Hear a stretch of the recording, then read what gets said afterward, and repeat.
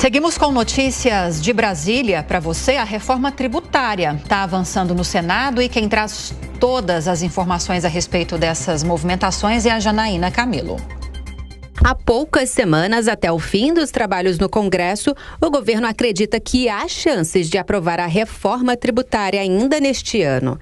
Ao participar de um evento em Brasília, o ministro da Fazenda, Fernando Haddad, disse estar confiante de que o Senado e a Câmara votem a proposta a tempo. Eu penso que há um clima no Senado também para endereçar essa votação ainda este ano. Haverá mudanças, com toda certeza, mas nada que impeça a Câmara de ainda esse ano se debruçar sobre o texto do Senado, aprová-lo e eventualmente promulgá-lo, o Congresso poderá promulgá-lo ainda esse ano.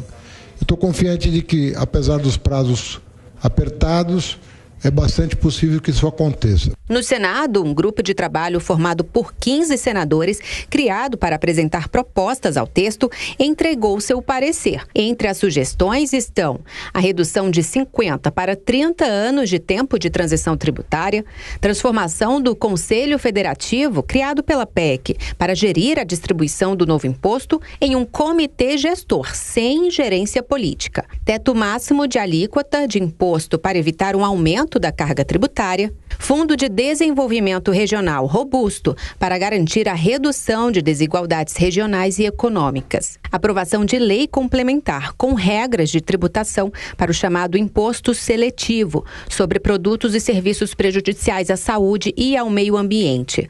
O grupo de trabalho pede também que esse imposto não tenha incidência sobre os setores de energia, combustível e telecomunicação. O senador Efraim Filho, do União, foi quem coordenou o grupo e disse que mesmo que as sugestões não sejam aceitas, elas poderão ser objeto de destaque ou votação em separado. A gente agora não está concluindo simplesmente o trabalho, a gente está iniciando, um processo de discussão, de deliberação, que terá o seu ponto inicial com a apresentação do parecer do senador Eduardo Braga. O relator da reforma tributária no Senado, senador Eduardo Braga, do MDB, já adiantou que não irá acolher a proposta de reduzir a transição tributária, mas concorda que não faz sentido o setor de energia integrar o imposto seletivo. Quanto aos setores de combustível e telecomunicações, o relator ainda não definiu. Porque combustível ele tem impacto no meio ambiente.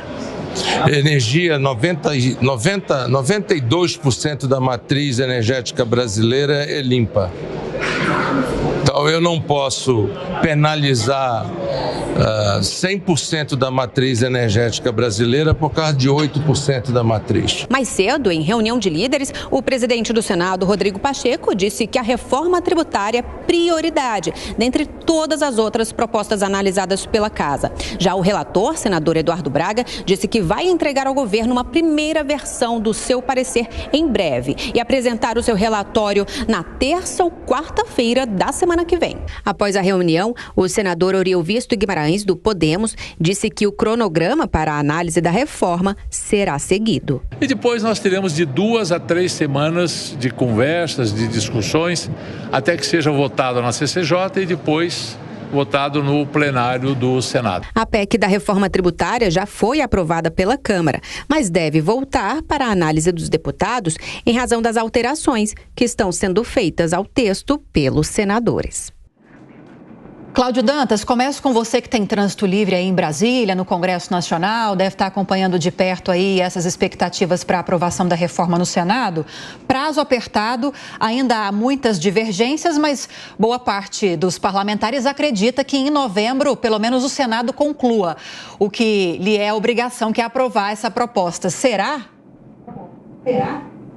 Bom, Lívia, ontem eu conversei com 2 senadores a respeito do texto da reforma tributária. Eles têm um cronograma, têm pedido de vista coletivo, reapresentação do texto, um segundo pedido de vista que pode ser ou não exercido e até, de fato, a colocação do texto para votação.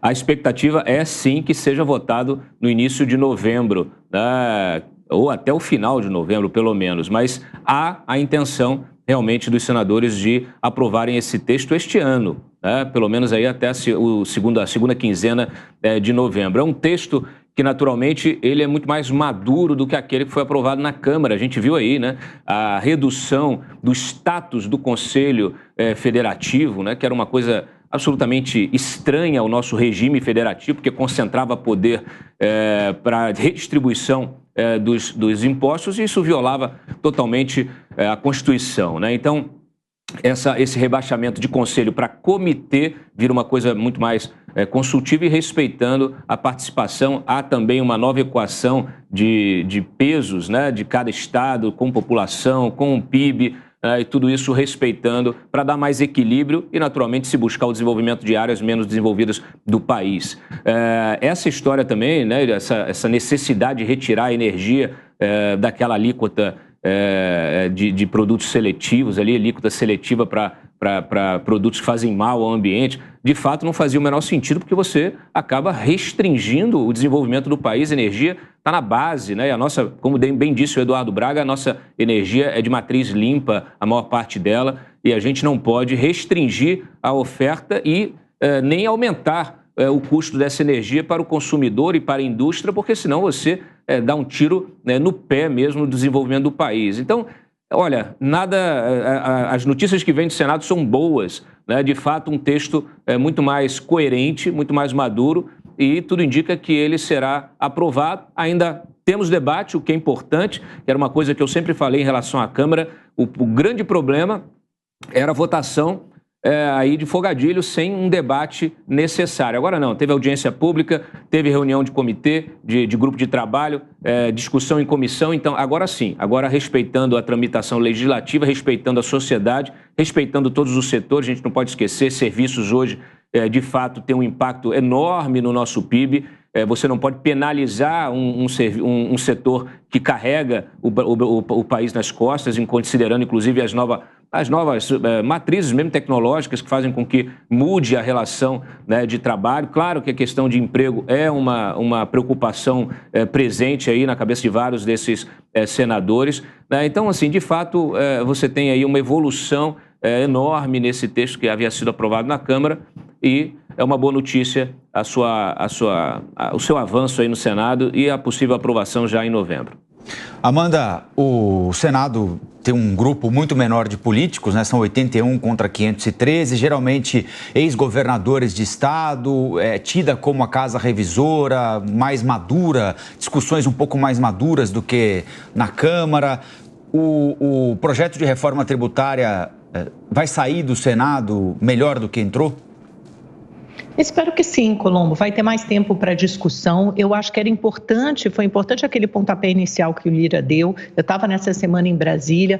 Foi muito rápido como as coisas mudaram de rumo, de curso. Havia deputados até muito próximos a Lira e muito experientes que duvidavam que a reforma tributária pudesse ser aprovada de forma tão acelerada naquela última semana, porque ainda havia vários pontos de dúvida. E o Lira realmente colocou o trator, fez o tratoraço, pôs para andar, o projeto foi aprovado. É uma reforma que já está há mais de 30 anos pipocando, com termos e propostas diferentes no Congresso Nacional, então era importante que ela ultrapassasse essa primeira fase, passasse por uma discussão mais madura no Senado. E aí ontem eu colhi impressões muito próximas ao que o Dantas relatou, com pessoas que participaram dessa reunião de líderes, com o Rodrigo Pacheco, acontece todas as quintas-feiras no caso do Senado, e eles estão confiantes de fato nessa aprovação ainda em novembro. A apresentação do relatório do senador Eduardo Braga na semana que vem, em seguida vai para a CCJ até chegar no plenário. Então a possibilidade, a perspectiva é concluir até novembro, até o final de novembro, a votação no Senado, volta para a Câmara para passar pelas mudanças. Tem alguns assuntos que são mais afetos mesmo ao Senado, que é o caso do Fundo de Desenvolvimento Regional, com recursos para os estados, então esses recursos devem ser ampliados. Depois o Conselho Deliberativo, com cada peso, né, esse novo desenho aí para atender a outras demandas que são colocadas por representantes, ex-governadores, representantes dos estados, essa casa legislativa, é o Senado por excelência. Então acho que vai sair um texto melhor, acho que falta a grande questão de quanto será mais ou menos o IVA, lembra? Houve vários estudos sendo divulgados pelo IPEA, por outras instituições, acerca de quanto seria é possível manter o IVA, que é o IVA dual, né, os impostos que unem tanto os impostos estaduais quanto estadual e municipal, quanto os impostos federais, para saber a média de imposto que terá no Brasil e comparar isso com outros países do mundo, com outros países da OCDE.